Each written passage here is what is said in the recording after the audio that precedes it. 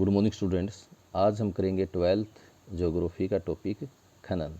खनन किसे कहते हैं?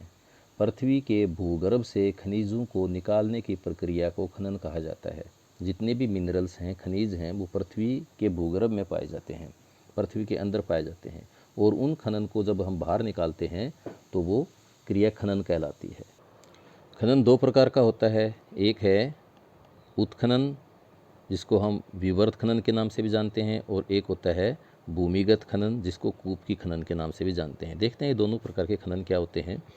सबसे पहले देखते हैं उत्खनन। सतही खनन भी बोलते हैं यहाँ पर। जैसे ये कोई भी मिनरल्स हैं, खनिज हैं, इनका डिपोजिशन है। ये ऊपर की मिट्टी है, यहाँ से ऊपर की मिट्टी को हटाते हैं ये, और उसके बाद में है ऊपर की मिट्टी हटाने के बाद में ये सीधा यहाँ पे खनन की क्रिया शुरू हो जाती है। ये होता है उत्खनन या विवर्त खनन के नाम से भी इनको जाना जाता है। एक होते हैं भूमिगत खनन। भूमिगत खनन क्या होता है? जैसे खनिज भूमि के बहुत गहराई में होते हैं, तो वहाँ पर एक कूप बनाया जाता है, एक बर्मा सिस्टम बनाया जाता है इन खनिजों को बाहर निकालने के लिए। तो इसलिए इसको कूप की खनन या भूमिगत खनन के नाम से भी जानते हैं, जो काफ़ी जोखिम भरा होता है। अब देखते हैं हम खनन की क्रिया को प्रभावित करने वाले कारक कौन कौन से हैं। सबसे पहले है प्रभावित करने वाले कारक हैं, उसमें है खनिजों की स्थिति।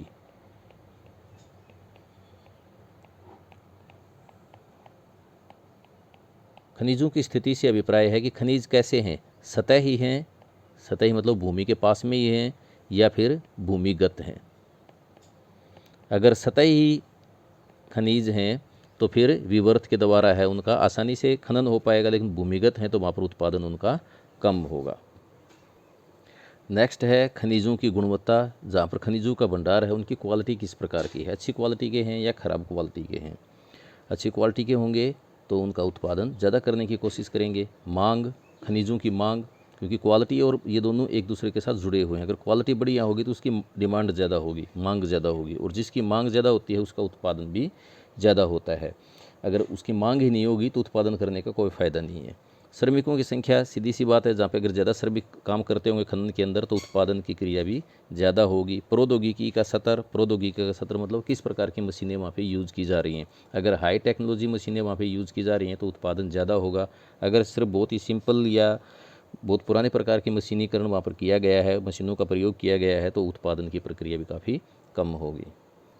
पीछे हम कर रहे थे विवर्त खनन और भूमिगत खनन। भूमिगत खनन एक जोखिम भरा खनन की क्रिया होता है, क्योंकि इसके अंदर है कई बार आग लगने की संभावना होती है, और पानी से भर जाते हैं ये, बाढ़ आने की संभावना ज़्यादा होती है। ऑक्सीजन की व्यवस्था करनी पड़ती है, क्योंकि अंदर है ऑक्सीजन की कमी हो जाती है। ऊपर की जो छत होती है, कई बार इस छत गिरने का भी भय रहता है, छत ढहने का खतरा होता है। तो इस प्रकार की एक जोखिम भरी क्रिया है। खनन का महत्व क्या है? अब जितने भी खनिज हैं उनका हमारे जीवन में क्या महत्व है, क्योंकि हमारे जितने भी प्रोडक्शंस होते हैं, किसी प्रकार का प्रोडक्शन है, जो भी चीज़ हम यूज़ करते हैं खनिजों से मिलकर ही बनी हुई है। तो खनिजों का क्या महत्व है ये तो हमें पता ही है। खनिजों के इम्पोर्टेंस को का इसी से पता लगाया जा सकता है कि हमारे जितने भी युग हैं उनका नामकरण खनिजों के कारण ही हुआ है। जैसे सबसे पहले कौन सा युग आया? तांबा युग, फिर कांस्य युग। सबसे पहले तांबा धातु को खोज किया गया था, कांस्य युग आया।